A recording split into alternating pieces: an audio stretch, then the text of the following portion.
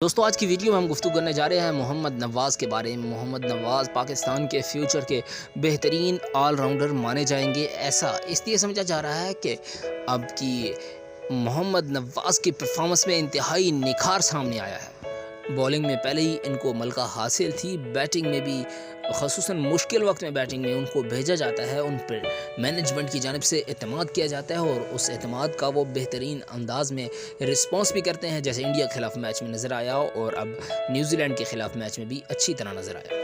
محمد نواز کی حالیہ پرفارمنس کے بارے میں بات کرنے سے قبل ان کے بیک گراؤنڈ کے بارے میں جاننا ضروری بات ہے۔ ان کا تعلق راولپنڈی سے ہے، 14 سال کی عمر سے کرکٹ پروفیشنل کھیلنا شروع کی۔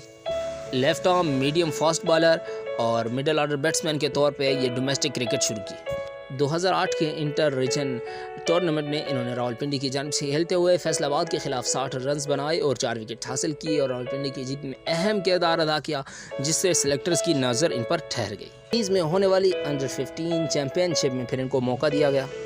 کریبن کی سلو پچز پہ ان کا بالنگ سٹائل چینج ہو گیا، پھر یہ لیفٹ آرم سپنر بن گئے اور اس کے بعد سپن بالنگ آل راؤنڈر کے طور پر پہچانے جانے لگے۔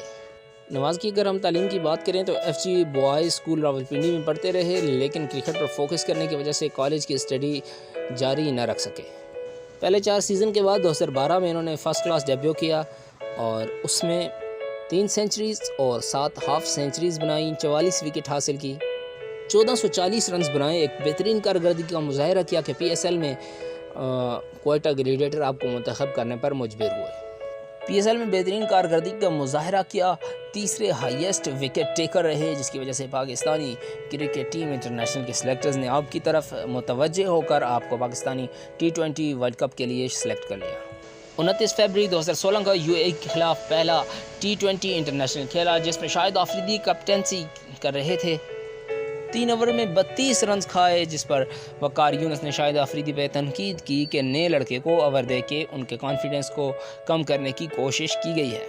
18 اگست 2016 کو آئرلینڈ کے خلاف پہلا ون ڈے انٹرنیشنل کھیلا۔ 13 اکتوبر 2016 ویسٹ انڈیز کے خلاف پہلا ٹیسٹ میچ کھیلا۔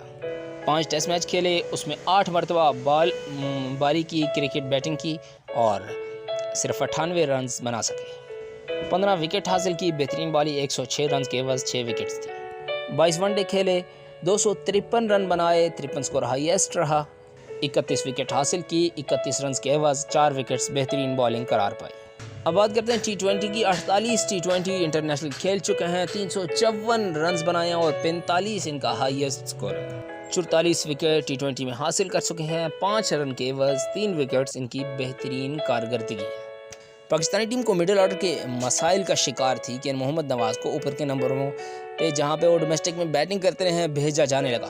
ایشیا کپ میں پاکستان نے انڈیا کو شکست دی، اس میں محمد نواز کی بہترین کارکردگی کا ساتھ رہا۔